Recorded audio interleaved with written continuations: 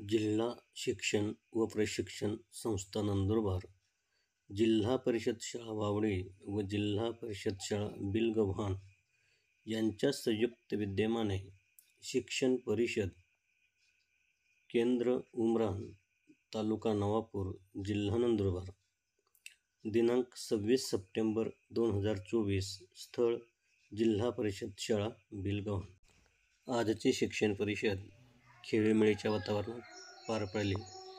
सदर शिक्षण परिषदेचा आढावा पुढील शिक्षण संस्था नंदुरबार जिल्हा परिषद प्राथमिक शाळा वावडी आणि जिल्हा परिषद प्राथमिक शाळा बिलगव्हाण यांच्या संयुक्त विद्यमाने उमराण केंद्राची शिक्षण परिषद एज्युकेशन इयर 2024-25 मध्ये ही तिसरी शिक्षण परिषद। पुन्हा एकदा सर्वांचं स्वागत। असं म्हणतात,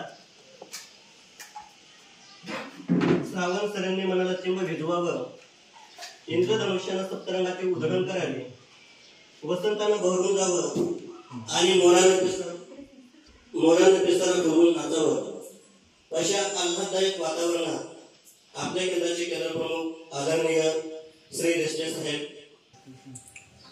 सुमंगल या वातावरणात संतारूपी आणि देशभक्ती मान्यवरांच्या शुभ हस्ते प्रज्वल व्यक्त कराव्या ज्योती।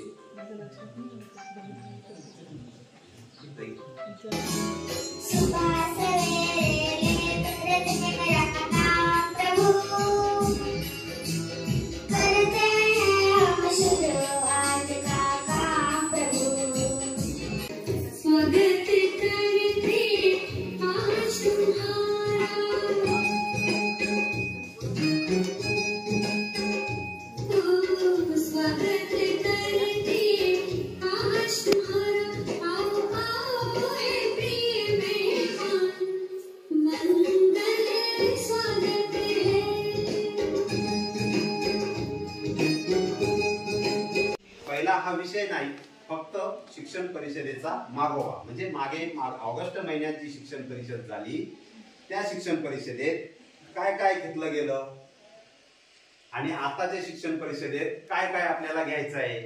तर आताच्या शिक्षण परिषदेत